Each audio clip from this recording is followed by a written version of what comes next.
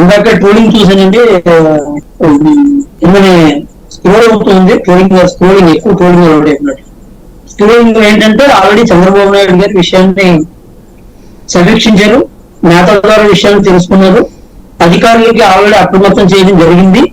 And ఈ same time ఒక మాట కూడా ఏమన్నారంటే, వైసీపీ కవింపు చర్యలకు దయచేసి ఎట్టి పరిస్థితుల్లోనూ కూడా కార్యకర్తలు గురి కావద్దు అనేటువంటి విషయం కూడా చెప్పారు. ఏది ఏమైనప్పటికీ కూడా సంయమనాన్ని కోల్పోవడం అనేటువంటిది ఎవరైనా కానీ హర్షించదగిన విషయం కాదు. కానీ వచ్చేటువంటి దాంట్లో ఆల్రెడీ 6వ తారీఖున మాత్రమే కోడ్ కంప్లీట్ అయింది. అందువల్ల ఇంకా ఎమోషన్స్, మీరు ఆల్రెడీ ఇంట్రడక్షన్ కూడా అదే విషయాన్ని మీరు చెప్పడం కొంచెం దానికి దగ్గరగా ఉంది. ఎందుకంటే ఇంట్రడక్షన్ ఇంకా ఎమోషన్స్ అనేటువంటివి ఇంకా ఒక్కసారిగా స్విచ్ అయితే ఆగిపోయినట్టుగా ఉండవు. ఒకటి. రెండోది ఏంటంటే, ఇందులో లోకల్ గా జరిగేటువంటి విషయాల్లో వాలంటీర్స్ పార్టీకి వ్యతిరేకంగా చేసేదేమో, లేకపోతే ఇంకొకటేమో కొన్ని సంఘటనలు జరుగుండొచ్చు. ఇంకొకటి ఏంటంటే, వ్యక్తిగతమైన అంశాలను పార్టీ పరంగా కూడా సృష్టించేటువంటి అంశాలు ఉండొచ్చు, కొన్ని పార్టీ పరమైనటువంటి తగాదాలు ఉండొచ్చు. ఇలా ఏది ఏమైనప్పటికీ కూడా ఇది ఒక ప్రజాస్వామ్య తిరుగుబాటుతో జరిగినటువంటి వాతావరణం కాబట్టి, ఈ వాతావరణంలో చంద్రబాబు ఇంకా భావోద్వేగాలు అణచబడేటువంటి స్థితిలో ఉన్నాయి. అందువల్ల ఇలాంటి చెదురుమదురు సంఘటనలు జరగడం అనేటువంటిది వాంఛనీయం కాదు. అవి కూడా తొందరలోనే నియంత్రణలోకి వస్తే. ఏంటి, ఇంకా గవర్నమెంట్ ఇంకా సీఎం గారు ఇంకా ప్రమాణ స్వీకారం చేయలేదు.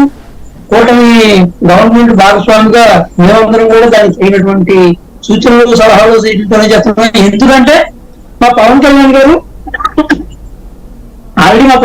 గారు ప్రయారిటీ ఇచ్చినటువంటి 6 అంశాల్లో లా అండ్ ఆర్డర్ ఒకటి, సాగునీరు, తాగునీరు, శాంతి భద్రతల యొక్క నిర్వహణ, విద్య, వైద్యం, ఉపాధి. ఈ 6 అంశాలు పవన్ కళ్యాణ్ గారు చాలా ప్రాధాన్యంగా కూటమి లేదా ప్రభుత్వ భాగస్వామిగా ఉంది తగినటువంటి శ్రద్ధతో సమన్వయంతో వెళ్ళడం అనేటువంటిది జరుగుతుంది.